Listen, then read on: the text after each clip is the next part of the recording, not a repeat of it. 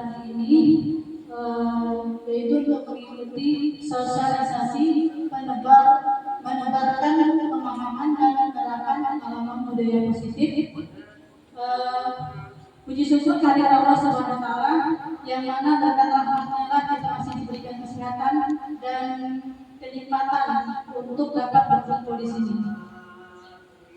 Kami dari CPP SMA Negeri 8 Merangin Angkatan 10 akan mengadakan sosialisasi tentang penyebaran pemahaman dan penerapan pengalaman budaya positif. Pada konsepnya, inti budaya positif itu ada 8, yaitu diantaranya yang pertama, perubahan paradigma belajar, disiplin positif, nilai-nilai kebijakan,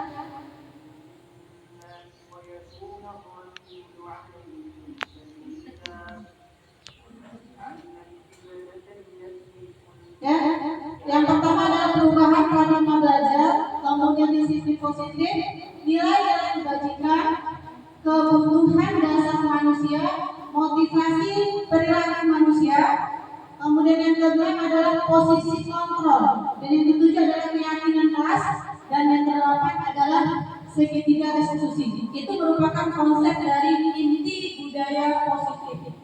Ya. Selanjutnya ada pembelajaran dengan paradigma baru. Yang pertama yaitu dengan pembelajaran dengan paradigma baru. Di sini dikatakan bahwa pembelajaran dengan paradigma baru merupakan pembelajaran yang dirancang berdasarkan prinsip pembelajaran, yaitu berdiferensiasi, sehingga para peserta didik belajar sesuai dengan kebutuhannya, berdasarkan tahap perkembangan sesuai teori fisiologi modern untuk mewujudkan profil pelajar Pancasila. Jadi di sini kita dalam paradigma baru itu adanya diferensiasi, yaitu bagaimana kita membawa belajar itu berupa diferensiasi. Supaya apa? Supaya anak-anak ini tidak merasa bosan dengan apa yang kita sampaikan. Jadi katakan dengan diferensiasi itu variasi dari apa metode yang kita sampaikan. Selanjutnya adalah miskonsepsi tentang teori kontrol. Di sini ada ilustrasi guru yang mengontrol anak.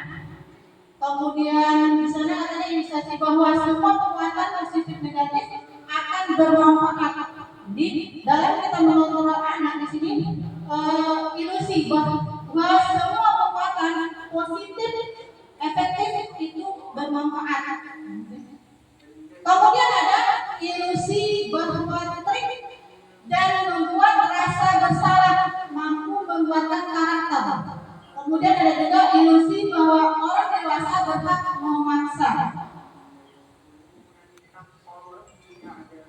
Kemudian merubah paradigma stimulus respon ke pendekatan teori kontrol. Nah, di sini ada dalam tabel itu ada stimulus respon tentang dunia, yaitu diantaranya ada realitas kebutuhan kita bersama. Kemudian ada semua orang melihat hal yang sama. Nah, kemudian ada juga di sana sebelahnya ada teori kontrol tentang dunia. Itu diantaranya realitas kebutuhan kita itu berbeda. Kemudian ada setiap orang memiliki gambaran yang berbeda. Kemudian ada juga di sana ada perilaku buruk dilihat sebagai budaya, sebagai suatu kesalahan. Perilaku buruk dilihat sebagai suatu kesalahan. Nah, kalau dalam teori kontrol tentang dunianya yaitu semua perilaku memiliki tujuan. Ya. Selanjutnya disiplin positif. Ya, disiplin positif berasal dari kata disiplin, yang artinya belajar disiplin, mengacu pada disiplin diri yang memiliki tanggung jawab terhadap apa yang kita lakukan. Yang dikatakan dengan disiplin berarti kita ini bertanggung jawab dengan apa yang kita lakukan tadi. Ini disiplin. Kemudian ada disiplin positif yang merupakan salah satu cara menerapkan disiplin yang bertujuan untuk menumbuhkan kesadaran serta memberdayakan peserta didik tanpa imbalan penghargaan. Itu yang dikatakan dengan reward. Berarti disiplinnya itu memang dasar dari anaknya. Tidak ada imbalan dari kita, dari harga dari kita tidak ada. Itu yang dikatakan dengan disiplin positif. Berarti memang sudah dasar dari anak itu sudah ada. Kita tinggal memberikan motivasi saja buat mereka, tetapi tidak dalam berupa reward tersebut. Atau dengan mengancam, kemudian dengan menghukum. Jadi disiplin positifnya itu memang tumbuh dari hati. Kemudian sebagai pendidik, tujuan kita adalah kita melakukan disiplin positif tadi adalah menciptakan peserta didik yang memiliki disiplin dari disiplin diri, sehingga mereka itu berperilaku mengacu kepada nilai-nilai kebajikan, ya, berpacu pada nilai kebajikan universal dan memiliki motivasi intrinsik dalam perubahan perilaku ke arah yang lebih baik. Jadi dalam kita membuat budaya positif di sini atau disiplin positif di sini berarti kita menginginkan anak itu lebih baik lagi di akan datangnya. Selanjutnya ada nilai-nilai kebajikan. Nilai yang disepakati bersama lepas dari suku bangsa, agama, bahasa maupun latar belakang. Berarti nilai kebajikan ini disepakati bersama. Nilai kebajikan di sini di saya itu tidak dimasukkan ke dalam suku bangsa, kemudian agama, bahasa maupun latar belakang. Jadi istilahnya itu sudah kita sepakati nilai-nilai kebajikan yang akan kita terapkan kepada anak tersebut. Nah, contoh dari nilai kebajikan institusi atau organisasi yang terakhir adalah ada profil belajar Pancasila, kemudian ada Ibu Friendly Yours program PYP, kemudian ada keterampilan hidup life skill. Nah, kalau profil belajar Pancasila beriman dan bertakwa kepada Tuhan Yang Maha Esa dan bertakwa mulia, berkebinekaan global, gotong royong, mandiri, kreatif dan bernalar kritis. Nah, itu yang termasuk kepada nilai kebajikan yang terdapat dalam profil pelajar Pancasila.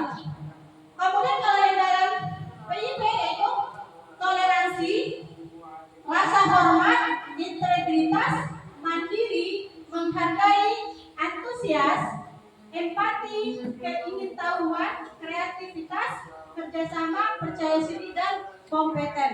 Nah, itu yang terdapat dalam PYP-nya.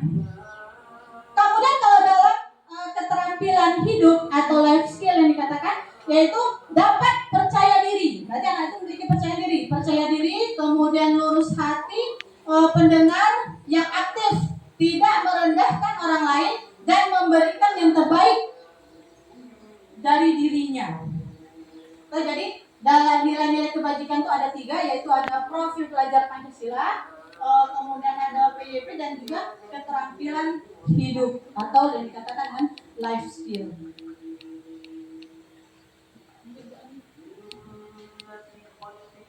Kemudian kebutuhan dasar manusia. Kebutuhan dasar manusia adalah segala sesuatu yang kita lakukan untuk mendapatkan apa yang kita inginkan. Kebutuhan dasar manusia adalah segala sesuatu yang kita lakukan untuk mendapatkan apa yang kita inginkan. Seluruh tindakan yang kita lakukan memiliki tujuan tertentu.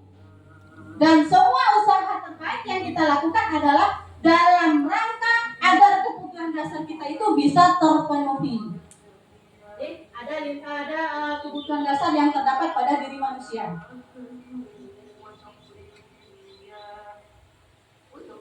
Adapun 5 kebutuhan dasar yang terdapat pada manusia. Yang pertama adalah bertahan hidup. Ya, bertahan hidup yaitu seperti kita membutuhkan makan, pakaian. Kemudian ada tempat tinggal, keamanan dan juga kesehatan. Selanjutnya, yang kedua yaitu kasih sayang dan rasa diterima. rasa diterima. Nah, di sini termasuk apa? Ada rasa diterima, kita merasa diperdulikan, kemudian kita bisa berbagi, kemudian kita bisa bekerja sama, kemudian bisa menjadi bagian dari kelompok lain. Itu termasuk ke dalam kasih sayang dan rasa diterima. Kemudian yang ketiga yaitu penguasaan. Penguasaan itu adalah harga diri. Harga diri, kemudian ada keinginan untuk dianggap, yaitu memimpin, kemudian berprestasi, diakui dan didengar. Kemudian ada kebebasan. Kebebasan di sini yaitu adanya mandiri, memiliki pilihan, dan mencoba hal yang baru dan mampu mengendalikan diri. Dan yang terakhir adalah kesenangan. Kesenangan ini termasuklah kita bermain, kemudian humor, antusias, dan juga tertawa. Jadi 5 kebutuhan dasar itulah yang dimiliki oleh manusia. Yang pertama tadi kita bertahan hidup, kemudian bisa menguasai, kemudian ada kasih sayang yang kita butuhkan, kebebasan yang kita butuhkan, kemudian ada kesenangan yang kita butuhkan. Kemudian ada motivasi perilaku manusia. Tadi sudah saya dengar motivasi perilaku manusia itu terbagi atas 2, yaitu ada motivasi intrinsik pada diri manusia dan juga ada motivasi ekstrinsik yang ada pada manusia. Intrinsik berarti berasal dari dalam, sedangkan ekstrinsik itu berasal dari luar dari manusia itu sendiri.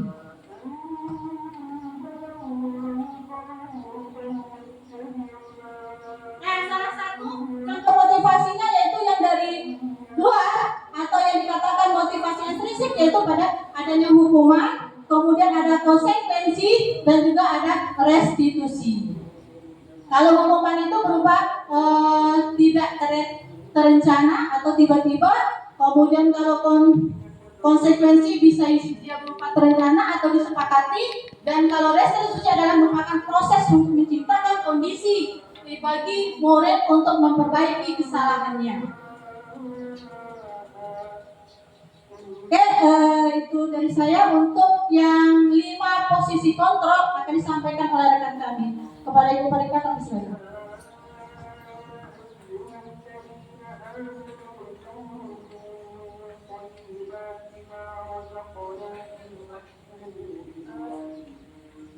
Selamat siang Bapak Ibu, masih semangat untuk mengikuti kegiatannya. Baiklah, saya akan menjelaskan kembali. Tadi sudah dijelaskan oleh rekan saya mengenai disiplin, daya disiplin positif. Kemudian berikutnya ada 5 kebutuhan dasar manusia. Nah, yang ini adalah 5 posisi kontrol dulu. Jadi Bapak Ibu, kita berbicara mengenai pendisiplinan, bahwa sebagai untuk kita mendisiplinkan murid itu, kita sebagai guru itu harus mempunyai 5 posisi kontrol. Nah, salah satunya yaitu yang pertama adalah penghukum. Kemudian yang kedua adalah pembuat rasa bersalah, kemudian teman dan juga pemantau, dan yang terakhir adalah posisi kontrol sebagai manajer. Nah, bagaimana penerapan posisi kontrol tadi? Nah, untuk yang pertama, misalnya nih ada kasus ya Bapak Ibu, di mana siswa atau murid itu tidak memakai atribut lengkap saat upacara. Jadi sebagai guru itu biasanya kita langsung menghukum ya, itu dinamakan dengan posisi kontrol sebagai penghukum. Nah, dimana misalnya kita untuk penghukumnya misalnya kita buat siswa itu hormat bendera selama 1 jam. Nah, itu salah satu dari posisi kontrol penghukum. Nah, kemudian yang berikutnya adalah pembuat rasa bersalah. Nah, pembuat rasa bersalah ini biasanya Bapak Ibu, guru ini berceramah atau menunjukkan kekecewaan mendalam, di mana untuk kasus tadi murid tidak memakai atribut saat upacara. Biasanya kita sebagai guru pasti akan mengatakannya seperti ini: berapa kali Bapak Ibu harus memberitahukan kamu selalu saja mengecewakan Bapak Ibu. Nah, itu adalah salah satu kalimat di mana posisi kontrolnya pembuat rasa bersalah. Jadi murid itu seakan-akan kita buat bersalah. Jadi dampaknya itu Bapak Ibu, murid itu akan merasa rendah diri, kemudian merasa gagal dan tidak berharga. Nah berikutnya, Bu Ani, sebagai teman, tadi kasusnya sama ya Bapak Ibu, di situ murid tidak memakai atribut. Nah, bagaimana posisi kontrol guru sebagai teman? Biasanya pada saat ini sebagai teman, guru tidak akan menyakiti siswa, namun selalu berupaya mengontrol siswa itu melalui pendekatan persuasi. Nah, contohnya seperti apa kalimatnya? Ayo dong ikut aturan sekolah, tolong dong bantu bapak ibu. Kemudian ya sudah, tidak apa-apa, lain kali aja, jangan sampai berbuat seperti ini. Nah, kalimat-kalimat tersebut itu merupakan salah satu kalimat untuk posisi kontrol guru sebagai teman. Nah, dampaknya apa Bapak Ibu? Biasanya untuk yang seperti ini, posisi yang seperti ini, yang sebagai teman ini, biasanya siswa itu akan tidak mandiri, artinya dia tergantung. Kemudian juga siswa tidak bisa memutuskan keputusannya sendiri. Kemudian berikutnya, posisi berikutnya itu adalah sebagai pemantau. Nah, pemantau itu yang bagaimana? Biasanya guru itu selalu mengawasi atau memantau siswanya. Kemudian kalimat yang biasanya ini Bapak Ibu yang kita pakai biasanya untuk memantau guru. Kamu sudah melanggar peraturan sekolah, kamu tahu konsekuensinya. Atau bisa juga setelah upacara kamu beri atributnya ke koperasi dan jangan diulang lagi.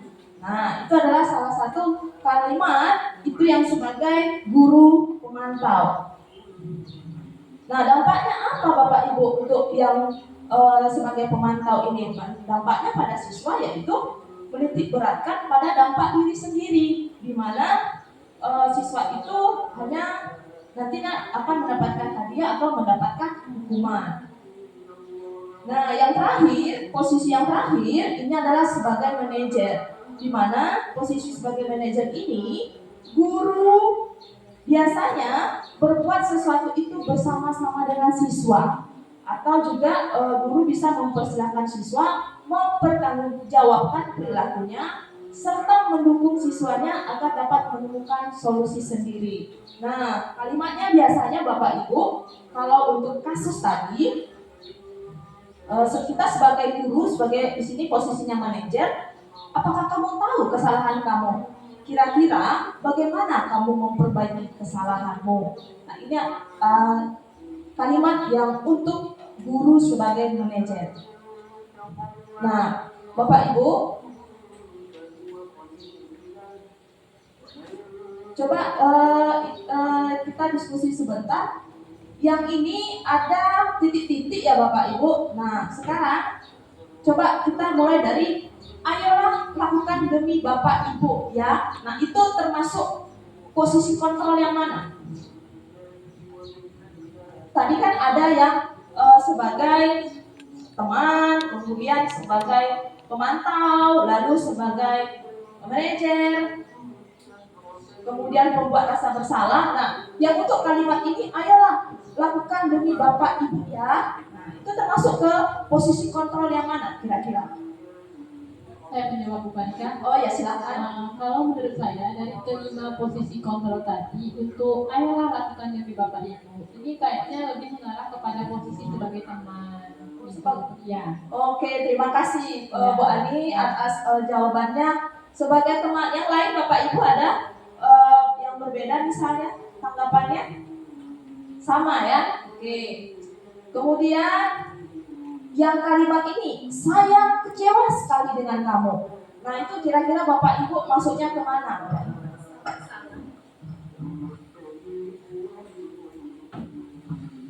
Baik, terima kasih kesempatannya. Menurut saya itu termasuk ke dalam guru sebagai pembuat rasa bersalah. Buat rasa bersalah. Oke, nanti kita lihat Bapak Ibu ya jawaban benarnya. Kemudian yang kalimat ini, apa rencanamu untuk menyelesaikan masalah ini? Nah, tadi ada membuat rasa bersalah, pemantau, kemudian sebagai teman, kemudian ada sebagai manajer. Nah, yang ini kira-kira apa, Bapak Ibu? Apa rencanamu untuk menyelesaikan masalah ini? Nah, ini biasanya ada yang Bapak Ibu bisa membantu untuk menemukan 5 posisi kontrol tadi.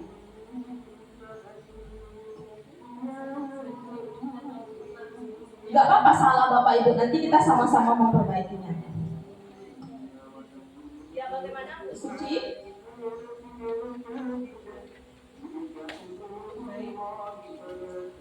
Oke, baik.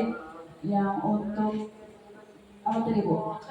Apa Rencanamu rencanamu untuk menyelesaikan masalah ini lebih ke manajer. ke manajer ya? Oke, boleh. Berikutnya lagi, yang ini, kamu tidak pernah benar melakukannya. Kamu tidak pernah benar melakukannya. Itu biasanya seperti mana itu? Jika kita itu menggunakan emosi ya, kamu tidak pernah benar melakukannya. Nah, itu kira-kira masuk ke posisi yang mana Bapak Ibu? Apakah teman? Apakah memantau atau membuat rasa bersalah atau manajer? Iya, lebih cenderung ke membuat rasa bersalah. Kemudian yang terakhir, kamu tidak pernah mendapatkan nilai jika tidak mengerjakan tugas. Biasanya kemana Bapak Ibu? Kalau kamu tidak pernah mendapatkan nilai, berarti seolah-olah ini guru langsung menjudge-nya di situ ya, langsung mengakibatnya. Kamu tidak pernah mendapatkan nilai jika tidak mengerjakan tugas. Ini biar termasuk ke posisi yang kira-kira yang mana? Bukan ada bersalah menurut saya. Membuat rasa bersalah. Menurut saya karena apa? Adalah kita tidak pernah mendapatkan, aku tidak pernah mendapatkan nilai jika tidak mengerjakan tugas itu loh, Bapak Ibu. Ketika kita menghadapi siswa, menurut saya ya. Ketika kita menghadapi siswa kan kita selalu ngomong nih, kita harus biar anak ini jerah. Jadi kita ngomong, kamu tidak pernah mengerjakan tugas ibu. Coba dikerjakan tugas ibu, istilahnya seperti itu.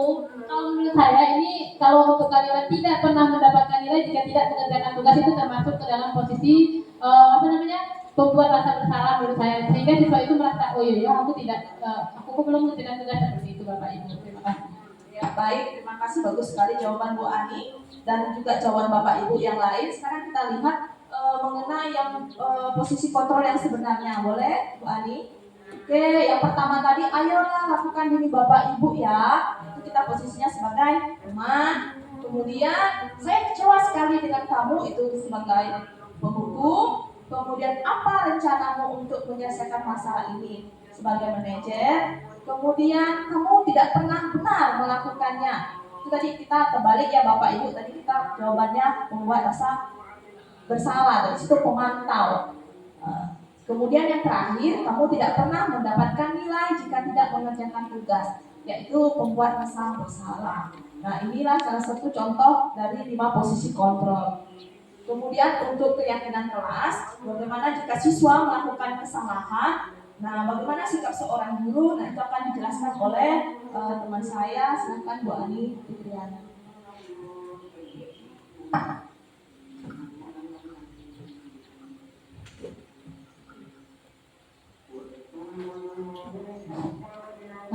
Assalamualaikum warahmatullahi wabarakatuh. Aduh, ini saya lihat sudah pada lesu. Boleh saya kasih sebuah permainan dulu? Boleh ya? Nah, saya punya permainan nih Bapak Ibu. Nanti permainan ini akan dilakukan dengan menggunakan lagu Potong Bebangsa. Tapi sebelum itu kita menggunakan gerakan. Saya ajarkan dulu gerakannya ya Bapak Ibu. Boleh mengikuti? Ya, kita coba ya.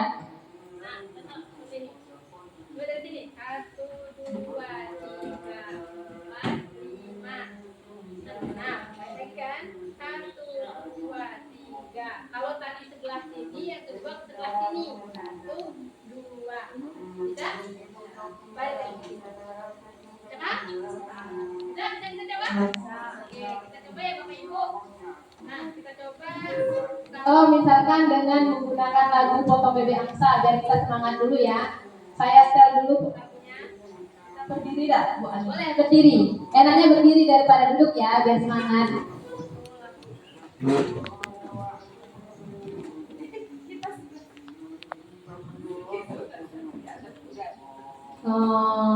Saya ini sebenarnya bukan bahasa Inggris ya. Are you ready?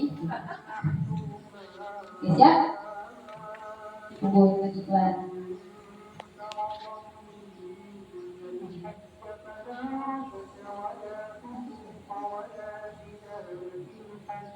Oke, Bapak Ibu siap? Tapi menggunakan lagu Potong Bebek Angsa ya Bapak Ibu.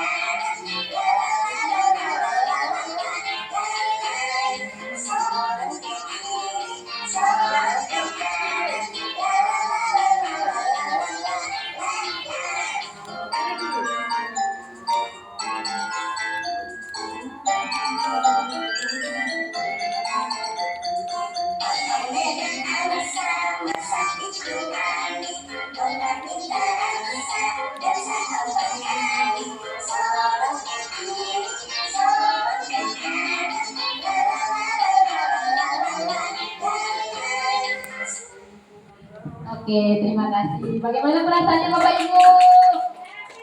Oke, kalau sudah happy, kita lanjutkan ya materinya. Biasanya untuk membuat keyakinan pembentukan keyakinan kelas. Nah, gini dulu Bapak Ibu. Kita di sekolah itu pasti pernah menempuh permasalahan ya Bapak Ibu. Nah, di sini kami menawarkan ada pembentukan keyakinan kelas kita biasanya menggunakan peraturan kelas, oke? Ya, yang biasa kita gunakan adalah peraturan kelas. Nah, kita mencoba merubah seperti yang diberi penjelasan oleh rekan saya tadi. Ada Bu Siti tadi ada perubahan paradigma baru. Yang kedua ada 5 posisi kontrol. Nah, di sini saya berusaha untuk mengajak Bapak Ibu untuk membentuk keyakinan kelas. Adapun langkah-langkah dari keyakinan kelas itu yang pertama bersifat abstrak, yang kedua berupa pernyataan universal, yang ketiga dibuat dalam pernyataan positif, yang keempat sedikit saja agar mudah diingat, yang kelima sesuai dengan kondisi kelas dan sekolah sehingga mudah diterapkan, untuk yang keenam semua warga sekolah atau warga kelas yang dilibatkan saat membuat keyakinan kelas. Nah, artinya apa Bapak Ibu? Dalam kita membuat keyakinan kelas tadi ada beberapa langkah yang perlu kita sepakati bersama. Terus selain daripada membuat keyakinan kelas tadi, kita juga dengan menggunakan segitiga restitusi. Nah, adapun segitiga restitusi itu adalah suatu proses dialog yang dijalankan oleh guru agar dapat menghasilkan murid yang mandiri dan bertanggung jawab. Nah, untuk di segitiga restitusi itu ada 3 langkah. Yang pertama menstabilkan identitas, yang kedua validasi tindakan yang salah, yang ketiga ada menanyakan keyakinan. Nah, kita masuk kepada poin yang pertama, menstabilkan identitas. Untuk menstabilkan identitas berdasarkan pada prinsip membuat kesalahan adalah bagian daripada proses pembelajaran. Artinya apa? Tidak semua yang kita lakukan itu salah, Bapak Ibu. Bisa Pak?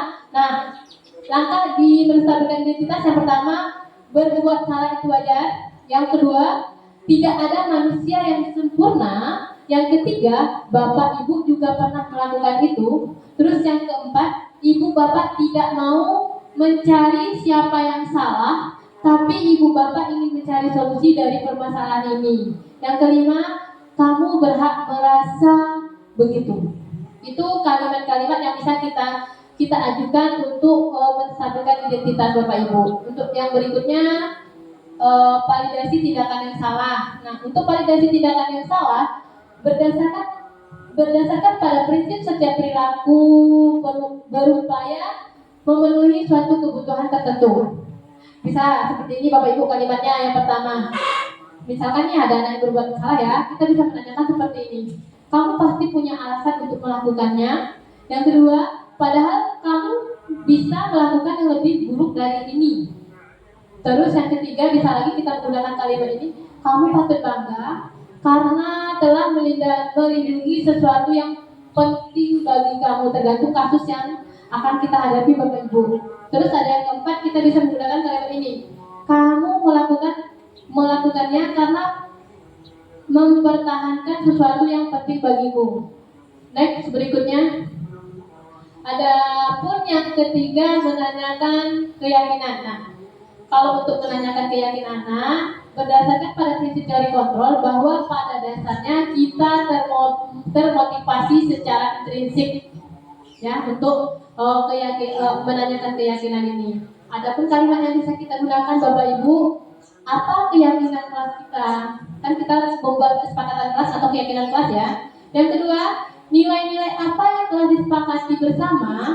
Nah, untuk pertanyaan yang ketiga, seperti apa gambaran sebuah kelas yang ideal menurut kamu? Terus, 4, kamu ingin menjadi orang yang seperti apa? Itu yang pertanyaan yang kita bisa ajukan kepada peserta didik Bapak Ibu untuk menyelesaikan suatu masalah dengan menggunakan segitiga restitusi.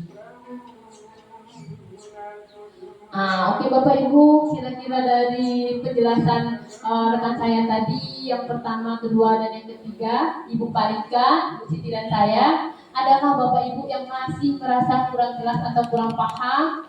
Jadi kami di sini menerima pertanyaan, sekiranya Bapak Ibu masih punya masalah yang mengganjal untuk diselesaikan baik terhadap siswa maupun terhadap sesama guru untuk kenyamanan sekolah. Kami persilahkan. Ya, Ibu Suci.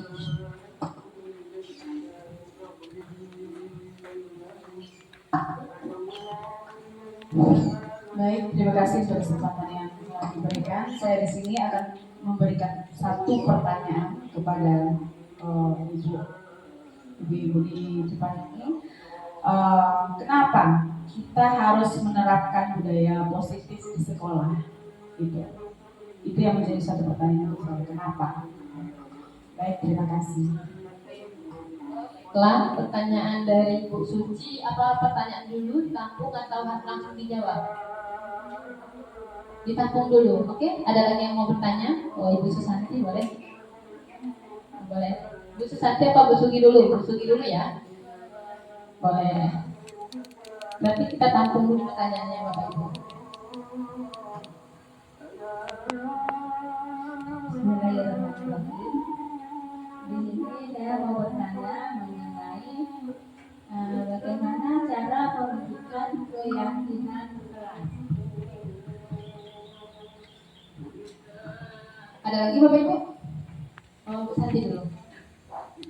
Oke, Bu Santi silakan. Ya, baik. Assalamualaikum warahmatullahi wabarakatuh.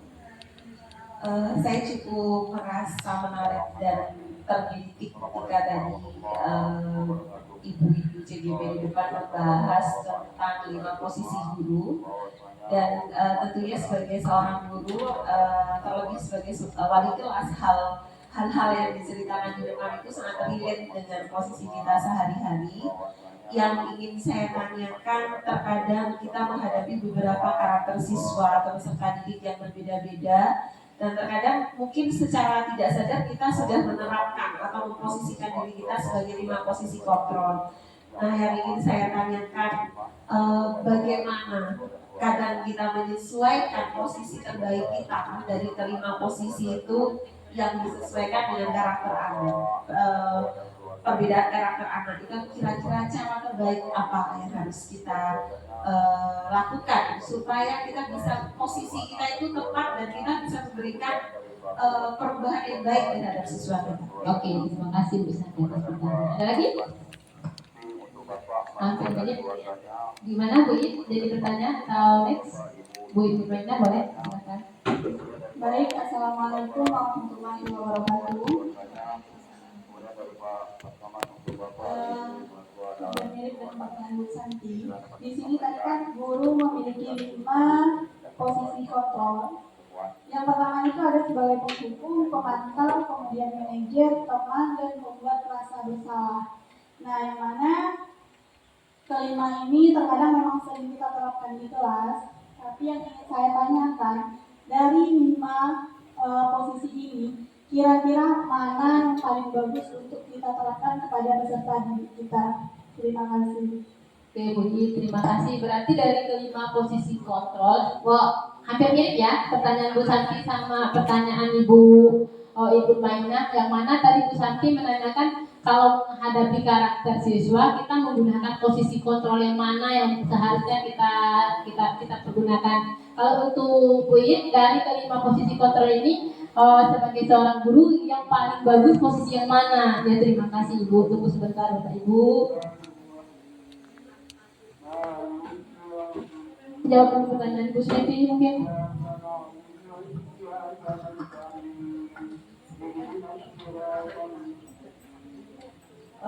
Untuk pertanyaan kenapa kita harus menerapkan budaya positif, ya itu pertanyaan pertama ya dari Ibu Suci.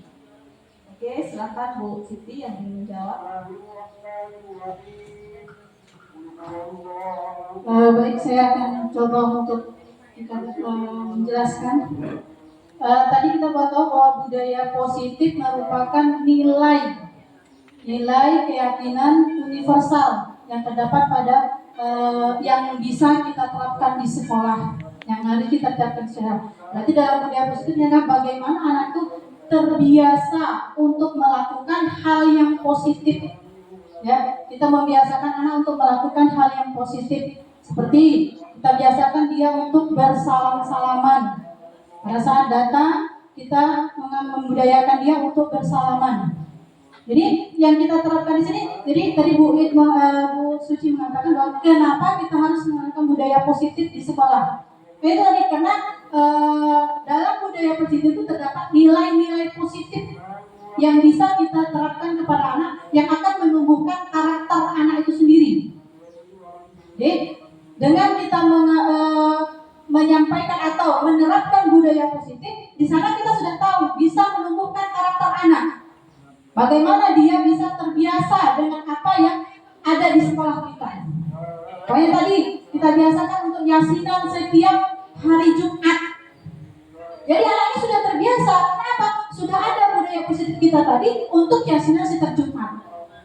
Kemudian kita membiasakan lagi adanya kita menyalami setiap tamu yang datang.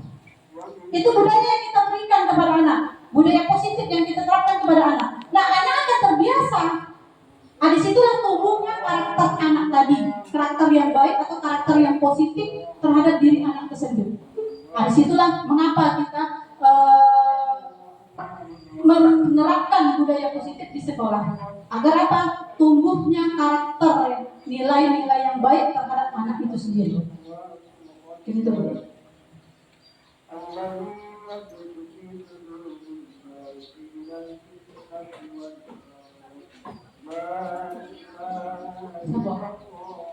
Baiklah, itu tadi jawaban dari Bu Siti. Bagaimana Bu Suci? Sudah pas, masih ada yang mau ditanyakan lagi atau ditambahkan, dikurangi? Sudah nantikan. Oke, terima kasih. Untuk pertanyaan berikutnya tentang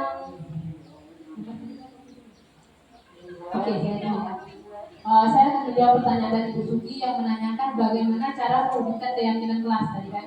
Intinya kalau kita mewujudkan keyakinan kelas itu menurut saya, karena saya baru juga menerapkan kemarin di semester ini Bapak Ibu, yang pertama itu kita harus menanyakan apa ya pendapat peserta didik itu dulu.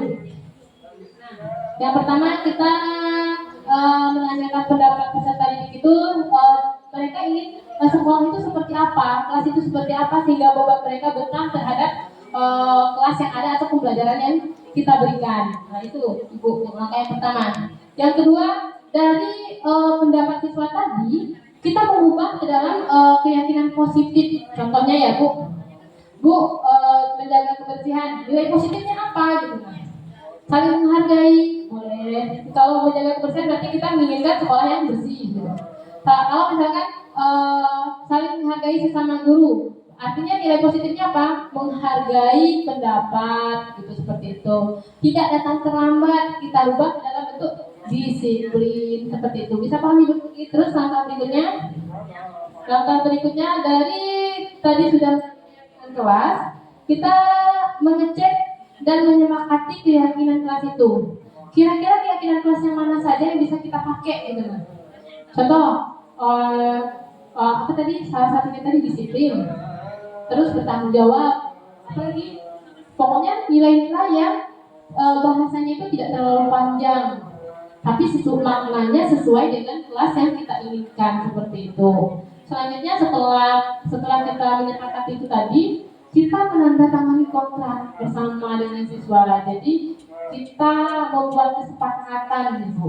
Kesepakatan, arti kata membuat kesepakatan ini percuma kalau kita membuat keyakinan, tapi yang menyepakati cuma sebelah pihak atau gurunya saja. Kita butuh kesepakatan bersama. Dan hasil dari kesepakatan itu tadi kita tempel di kelas kita sebagai perwujudan dari keyakinan kelas kita. Terima kasih. Bagaimana Bu Sugi? Ya, terima kasih. Untuk pertanyaan selanjutnya sekaligus jawab ya pertanyaan Bu Santi dan Bu Maina tadi karena topiknya sama. Jadi kami minta kepada rekan kami Bu Pak Yesi untuk menjawab. Terima kasih.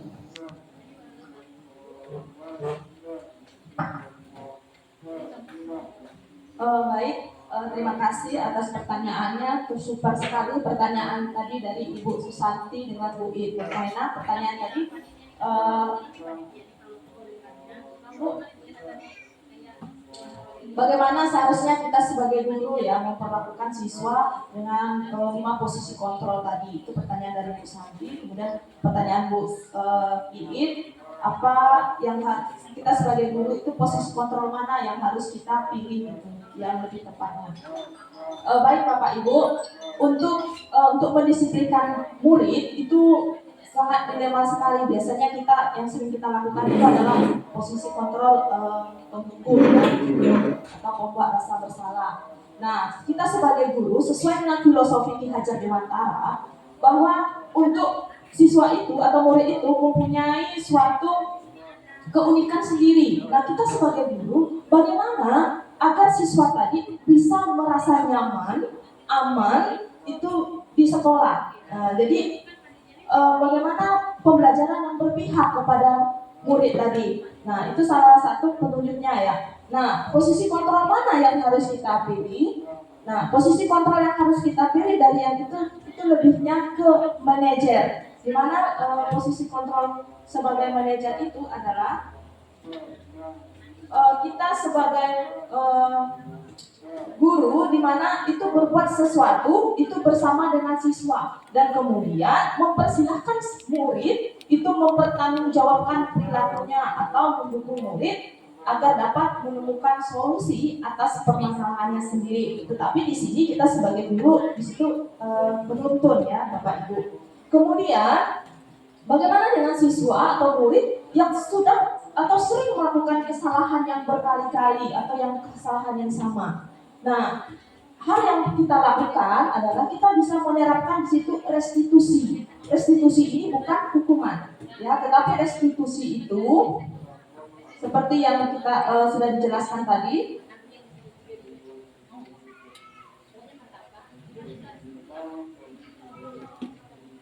Oke. Slide sebelumnya. Nah,